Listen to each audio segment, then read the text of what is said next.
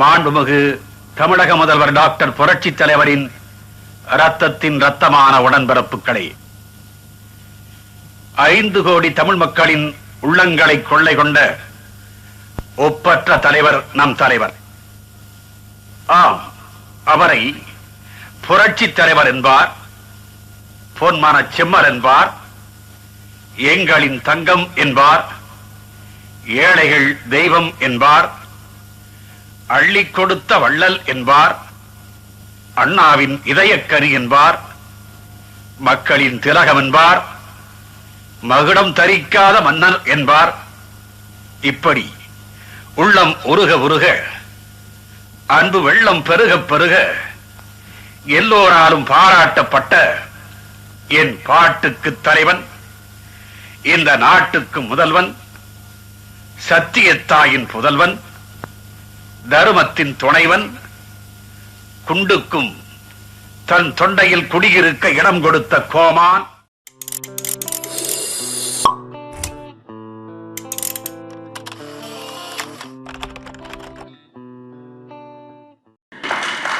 நம்முடைய புரட்சித் தலைவரின் புகழை ஓராண்டு பேச வேண்டும், இப்படி ஒரு நாளில் பேச முடியாது. அதைத்தான் நான் முதலிலேயே சொன்னேன். ஏனென்றால் எல்லோரிடமும் அவ்வளவு நிகழ்வுகளும் சம்பவங்களும் இருக்கின்றன என்ற காரணத்தினால் அடுத்து இங்கே தன் நினைவுகளை பகிர்ந்து கொள்ள வருகிறவர் ஒரு மிக உயர்ந்த கலைஞரின் திருமகனார், பத்மஸ்ரீ எம்.கே. ராதா என்ற பழம்பெரும் நடிகரை நீங்கள் பழைய படங்களில் பார்த்திருக்கலாம். பேரன்புமிக்க சகோதர சகோதரிகளே, சான்றோர்களே,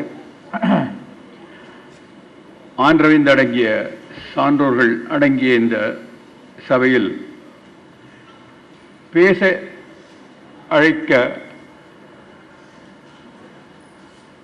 4 நாட்களுக்கு முன்பாக எனது நண்பர்கள் வந்து கேட்டுக்கொண்டார்கள். நான் ஒப்புக்கொண்டேன். என்னுடைய வயது 78. இதை ஏன் நான் குறிப்பிடுகிறேன் என்றால், என்னை 5 வயதில் கல்கத்தாவில் எனது தந்தை மாயா மச்சேந்திரா என்ற படத்திற்கு ஒப்புக்கொண்டு அங்கு நடிக்கப் போகும்போது என் தாயாரால் எங்களோடு வர முடியவில்லை. நான் தந்தையோடு அங்கு சென்றிருந்தேன். எனக்கு வயது 5 இருக்கும். அப்போது என்னை தூக்கி வைத்து கொண்டவர்கள் 3 பேர். ஒன்று புரட்சி தலைவர், அந்த பாக்கியத்தை பெற்றவன் நான். அடுத்து கலைவாணர் என்எஸ்கே அவர்கள், மூன்றாவதாக டி.ஏ. மதுரம் அவர்கள். இவர்கள் தான் என்னை கவனித்துக் கொண்டார்கள். புரட்சித் தலைவர் திரு எம்ஜிஆர் அவர்கள் நான் சித்தப்பா என்றுதான் கூப்பிடுவேன். அவர்கள் வீட்டில் எனது தந்தையை அப்பா என்றுதான் அழைப்பார்கள். அப்படி வளர்ந்த குடும்பம் நாங்கள். அவர் லாய்ட்ஸ் ரோடில் இருந்தபோது ஒவ்வொரு மாதமும் வீட்டில் ஒரு நாள் எங்களை அழைத்து விருந்து கொடுப்பார். புரட்சித் தலைவர் பதவி ஏற்கப் போகிறார். எனது தந்தை முதல் நாள் எங்களிடம் கேட்டுக்கொண்டது, உங்களில் யாராவது ஒருவர் எங்களோடு வாருங்கள், நான் தம்பியை பார்க்க வேண்டும் என்று சொன்னார்கள். தோட்டத்திற்கு போகலாம் என்று. நாங்கள் சிறிது யோசித்த பின் சொன்னோம், அங்கு அவரை நேராக இப்போது சந்திப்பது நமக்கு தேவையில்லை. அவருடைய உதவியாளர்களை நெருங்கி கேட்கலாம். அப்பா அவருக்கு அவரோடு நேராக பேச வேண்டும் என்று ஒரு ஆசை. எங்களுக்கு நாங்கள் நினைக்கவே இல்லை.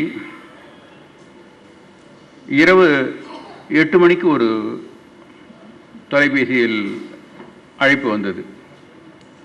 நாளை காலை உங்கள் வீட்டிற்கு 8:15க்கு முதலமைச்சர் பதவியை ஏற்கப் போகும் புரட்சித் தலைவர் வரப்போகிறார், நீங்கள் தயாராக இருங்கள் என்று சொன்னார். என் உடம்பு, என்னுடைய மயிர்கால்கள் எழுந்துவிட்டன. குறிப்பாக சொன்னது போல் 8:16 நிமிடங்களுக்கு புரட்சித் தலைவர் வந்தார்.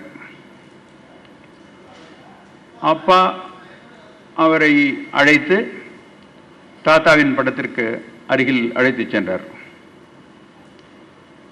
அந்த ஹால் ஒரு 15க்கு 12 தான் இருக்கும். அங்கே நெடுஞ்சான் கடையாக விழுந்து நமஸ்கரித்து எழுந்து என் தந்தையார் கால்களை விழுந்து ஆசி கூறுங்கள் என்று கேட்டார். இதை என்னால் சொல்லவே முடியவில்லை. ஏனென்றால் இப்படி ஒரு மனிதரை நான் சந்தித்ததே கிடையாது. 1000-ல் ஒருவன் இல்லை அவர், 1 கோடியில் ஒருவர். நான் இதுவரை 1 கோடி மக்களை சந்தித்ததில்லை. ஆனால் என் மனதில் அவர் 1 கோடிக்கு மேலாக 10 கோடியில் ஒருவராக இருப்பார் என்று நான் நினைக்கிறேன். அந்த குணாதிசயங்கள் இறைவன் அவருக்கு கொடுத்த ஒரு பெரிய வாய்ப்பு. எனக்கு முதலில் நடிப்பதற்காக வாய்ப்பு அளிக்க ஏற்பாடு செய்தவர் நீங்கள். சதிலலாவது என்ற படத்தில் நீங்கள் நடிக்கும்போது நானும் உன்னோடு நடிக்கப் போகிறேன் என்று ஒரு வசதியை ஏற்படுத்தி கொடுத்தவர்.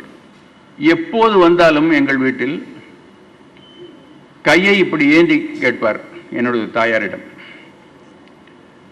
நாங்கள் சிறுவர்களாக இருக்கும்போது வரிசையாக உட்கார வைத்து அம்மா உருண்டை சாதம் கையில் கொடுப்பார்கள். அதை கேட்டு வாங்கி சாப்பிடுவார் அவர். இத்தகைய ஒரு நட்பு அவர்களுக்குள் இருந்தது. என்னுடைய திருமணம் 1965-ல் நடந்தது. இந்த திருமணத்திற்கு வர முடியாது என்று சொல்வதற்காக வந்தார்.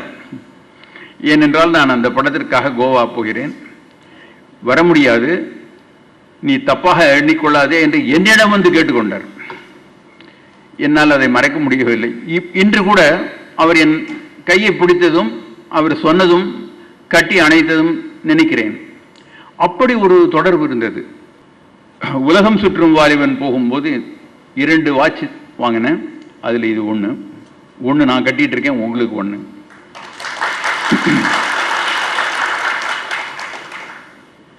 திருப்பதிக்கு சென்று காலையில் மலை உச்சிக்கு போவதற்காக ஏற்பாடுகள் செய்து கொண்டிருந்த போது என் பெயர் அங்கே இருந்த ஒலிபரப்பு மூலமாக என்னை அழைத்தார்கள். M.R. ராஜா ஃப்ரம் சென்னை, உடனே அலுவலகத்திற்கு வர வேண்டும், இந்த அலுவலகம் இங்கே இருக்கிறது என்று குறிப்பு சொன்னார்கள். சரி என்று அங்கே நான் போனேன்.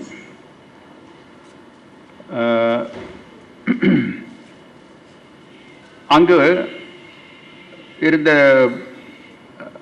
ஆணையர் என்னை அழைத்து, தம்பி, அப்பாவிற்கு உடம்பு சரியில்லை என்று நினைக்கிறேன், அதற்காக உன்னை உடனே வர சொல்கிறார்கள் என்று சொல்லியிருந்தார்.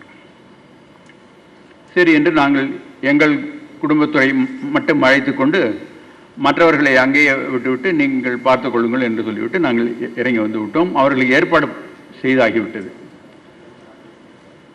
சென்னைக்கு வந்த பிறகுதான் தெரிந்தது, இந்த ஒலிபரப்பு எங்களுக்கு செய்தது கோட்டையிலிருந்து. எம்ஜிஆர் வந்து அதை அப்பாவை பார்த்துவிட்டு ராஜா எங்கே என்று கேட்டிருக்கிறார். அவர் இந்த மாதிரி இதுக்கு போயிருக்கார், ஒரு கூட்டமாக எல்லாரையுமே அங்கே அழைச்சிட்டு போயிருக்காரு. சரி, நான் ஏற்பாடு பண்ணுறேன்னு சொல்லிட்டு அங்கிருந்து போய் முதல் வேலையாக எனக்கு இன்ஃபர்மேஷன். நான் அங்கு மதியம் இங்கே வந்து விட்டேன். அதற்கு பிறகுதான் எனக்கு தெரியும் இது எம்ஜிஆர் அவர்கள் எனக்காக செய்தது. இப்படி ஒரு எங்களுக்கு இதை செய்ய வேண்டும் என்ற அவசியங்கள் கிடையாது. ஆனால் ஒவ்வொரு நிகழ்ச்சியையும் எண்ணி பார்த்து யாராருக்கு எதை செய்ய வேண்டும் என்று செய்திருக்கிறார். என்னுடைய வாழ்க்கையில் ஒரு 40-50 நிகழ்ச்சிகள் அவரோடு வைத்திருக்கிறேன். அதை வெளியிட வேண்டும். இவர்கள் சொல்வது போல் எல்லோருக்கும் தெரிய வேண்டும். அவருடைய உண்மையான அன்பும் பண்பும் உலகத்தில் வேறு எங்கும் நான் கண்டதில்லை, இதுவரை கண்டதில்லை, இனிமேல் இந்த வயதில் காணும் போகிறோனோ என்று தெரியாது. நான் கண்ட ஒரே மனிதர் திரு எம்ஜிஆர் அவர்கள். வணக்கம், நன்றி. பொன்மனச்செம்மல் எம்ஜிஆர் சேனலுக்கு சப்ஸ்கிரைப் பண்ணுங்க, லைக் பண்ணுங்க, ஷேர் பண்ணுங்க, கமெண்ட் பண்ணுங்க. மறக்காம எங்க சேனலை பார்க்க மிஸ் பண்ணாதீங்க. உங்களுக்காக நிறைய வீடியோக்கள் இருக்கு.